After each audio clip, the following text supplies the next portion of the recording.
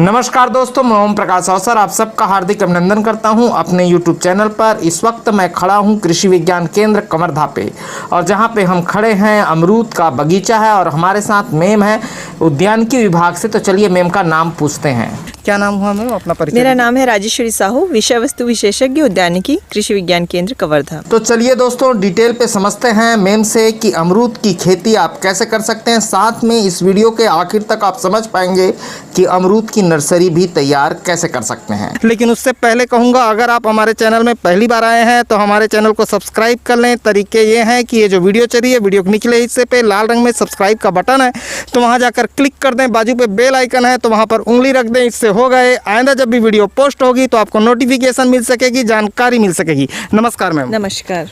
तो मैम ये कैसे लगाना है और कब लगाना है ये बताइए। अमरूद जब हम अमरूद लगाने की बात करते हैं या कोई भी मातृ बगीचा, अगर आपके पास खेत है, आप मातृ बगीचा लगाना चाहते हैं तो जून का महीना सर्वोत्तम होता है। उसमें आपको लगभग 2 फीट 60 बाई 60 सेंटीमीटर का गड्ढा खोदना है, 60 फीट गहरा और लगभग 30 फीट चौड़ा और ऊंचा भी 60 फीट का होता है। इस तरीके से आपको 2 फीट और 1 फीट ऊंचा, इतने की आपको गड्ढे खोद के छोड़ देना है। फिर उसमें लगभग 50 किलो सड़े हुए गोबर खाद और 50 ग्राम यूरिया, सुपर फास्फेट और पोटाश, तीनों मिला के 50-50 ग्राम उसको अच्छे से मिक्स कर दीजिए। और साथ में चूँकि कहीं दीमक की समस्या आती है तो वो ना हो तो क्लोरोपाइरीफास को थोड़ा हम उसमें डलवा देते हैं। उसके बाद आप गड्ढे को भर दीजिए। हमेशा हमको ध्यान रखना चाहिए जब भी हम पौधे लगा रहे हैं तो अच्छी किस्म के ही पौधे लगाएं। अमरूद की बात करते हैं तो इलाहाबाद सफ़ेदा, L49, ललित, श्वेता, ग्वालियर 27, ये बहुत सारी किस्में हैं, उन्नत किस्में हैं। उनके ही हमको पौधे ला के एयर लेयरिंग से जो तैयार होते हैं, गुटीज़ के माध्यम से पौधे तैयार होते हैं, उनको लगाना चाहिए। बीजू पौधे बिल्कुल नहीं लगाने चाहिए, क्योंकि बीजू पौधे का एक नुकसान ये होता है, इसमें जब फल लगते हैं तो 8 से 10 साल लग जाते हैं।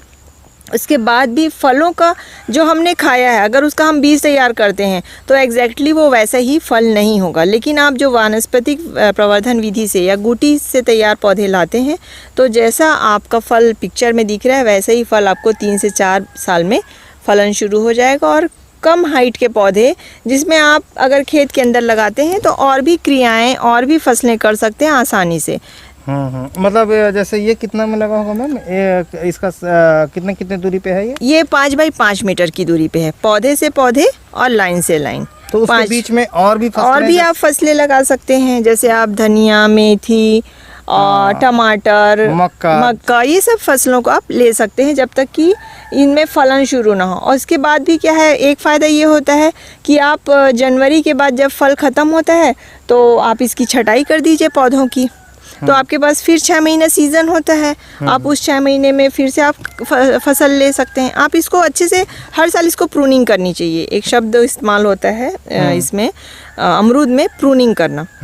तो वो प्रूनिंग हमको जनवरी के बाद कर देनी चाहिए, तो उससे एक शेप भी आ जाता है और जितनी नई शाखाएं होती हैं उन्हीं में फल लगता है इनमें। इसीलिए प्रूनिंग इसमें हमेशा करते रहना चाहिए। मतलब वो जो कटिंग जो करते हैं उन्हीं कटिंग काट छांट पौधों में करते रहना चाहिए, खास तौर पे अमरूद में करते रहना है। ठीक है मैम। तो ये मैम ये जब हम लगाते हैं नर्सरी तो कितने दिन का रहता है ये नर्सरी? मतलब गुटी जो तैयार होता है, गुटी तैयार करने के लिए क्या होता है, कुछ नहीं, आप बहुत सरल मैं आपको बता देती हूँ। जैसे आपको किसी के घर का बहुत अच्छा अमरूद पसंद आया, तो आपको उसको पूरे पौधों को कुछ नुकसान करने की जरूरत नहीं है। अच्छा। बस ये जो ये पोर्शन है ना, इसका छोटा सा ऐसे छाल निकालना है ऊपर का। अच्छा। छाल, बस ऊपर का छाल, इतना चौड़ा। उसके बाद आप मिट्टी है ना, जैसे ये मिट्टी ले लीजिए, ये मिट्टी और थोड़ा सा गोबर, अच्छा सड़ा हुआ गोबर, नहीं है तो वर्मी कंपोस्ट और काई, जो तालाब में काई रहती है, उसको मिला के अच्छे से मिला के जो छाल आपने निकाला है उसमें ऐसे लगा दीजिए चारों तरफ। ओके, ठीक। उसके बाद इसको झिल्ली से एकदम टाइट बांधिए। अच्छा। इतना टाइट बांधिए कि इसमें बाहर का पानी नहीं जा पाए और हवा बाहर से ना जा पाए। उसके बाद सुतली जो होती ना उससे टाइट बांध दीजिए। हाँ, रस्सी से पूरा टाइट कर दीजिए। टाइट बांध दीजिए दोनों तरफ को, बीच को रहने देंगे। हाँ। दोनों तरफ को, ताकि दोनों तरफ से पानी ना घुस पाए या कीड़ा ना घुस पाए, हवा ना घुस पाए। हवा ना घुस पाए। ओके 1 महीने के बाद आपको देखेंगे यहाँ से जड़ निकलना शुरू हो जाता है। ओके।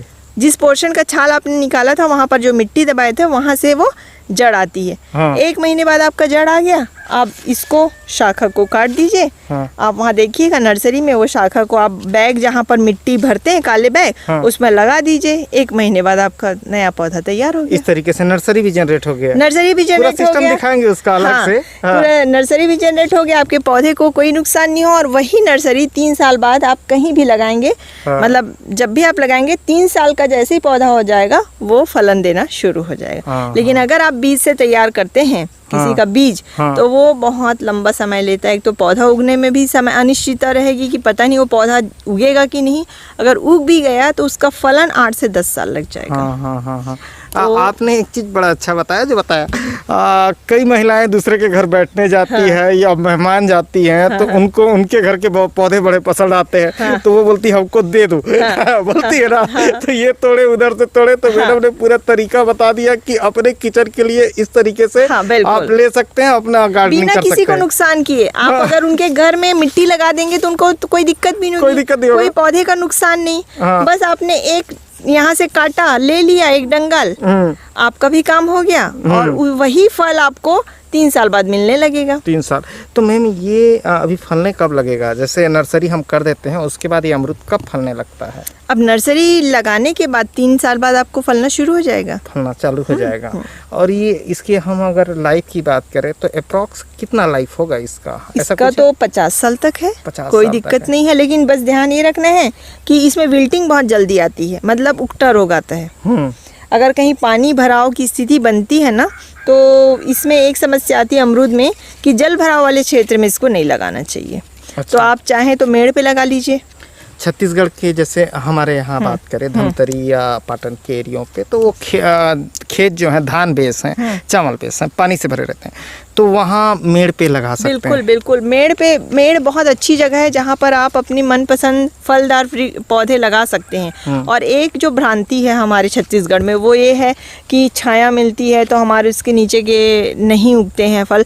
तो आप ऐसे पौधे लगाइए ना, जो जैसे मैं बात की वानस्पतिक प्रवर्धन से जो भी पौधे तैयार होंगे वो बहुत बड़े नहीं होते हैं। अच्छा। एक फ़ायदा उसका यही है, वो बहुत शॉर्ट हाइटेड रहते हैं और उसी शॉर्ट हाइटेड में आपको फल देना शुरू करते हैं। अब हम लोग क्या है, लगा दिए आम का पेड़, भूल गए, 20 साल बाद सोचते हैं कि अब काट दो।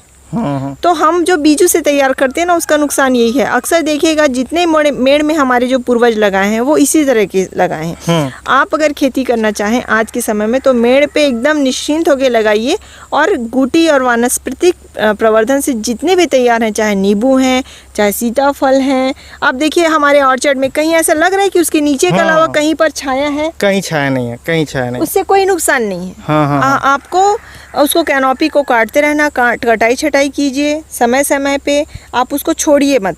उससे शेप भी सही रहेगा, हवा तूफान का नुकसान नहीं होगा। नहीं तो क्या, एक हवा आया आपका, अगर पौधे का सही बनावट नहीं है तो टूट जाता है, टूट जाता है। तो वो बनावट भी बहुत ज़रूरी है। जैसे शारीरिक बनावट हम लोगों की होती है वही पौधों की भी होती है।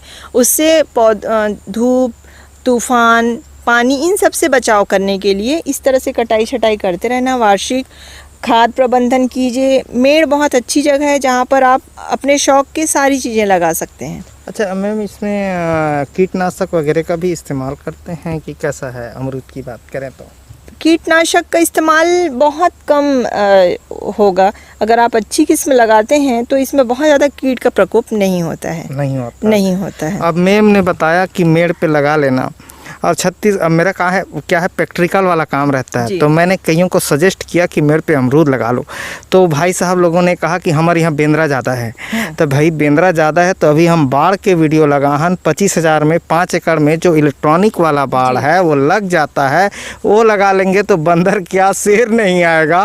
वो लगा लीजिए, आप खुद लगा सकते हैं उसको, सोलर वाला। तो आदमी चाहे तो कुछ भी कर सकता है, चाहत होनी चाहिए। तो मेड़ पे लगा सकते हैं बाढ़ का इस्तेमाल करते हुए। जितना भी बन रहा है। तो दोस्तों अब हम कवर करते हैं, हमने अमरूद के पेड़ आपको दिखाए थे, अब उसकी बागबानी मतलब उसकी नर्सरी कैसे तैयार करते हैं ये मैम से जरा समझते हैं।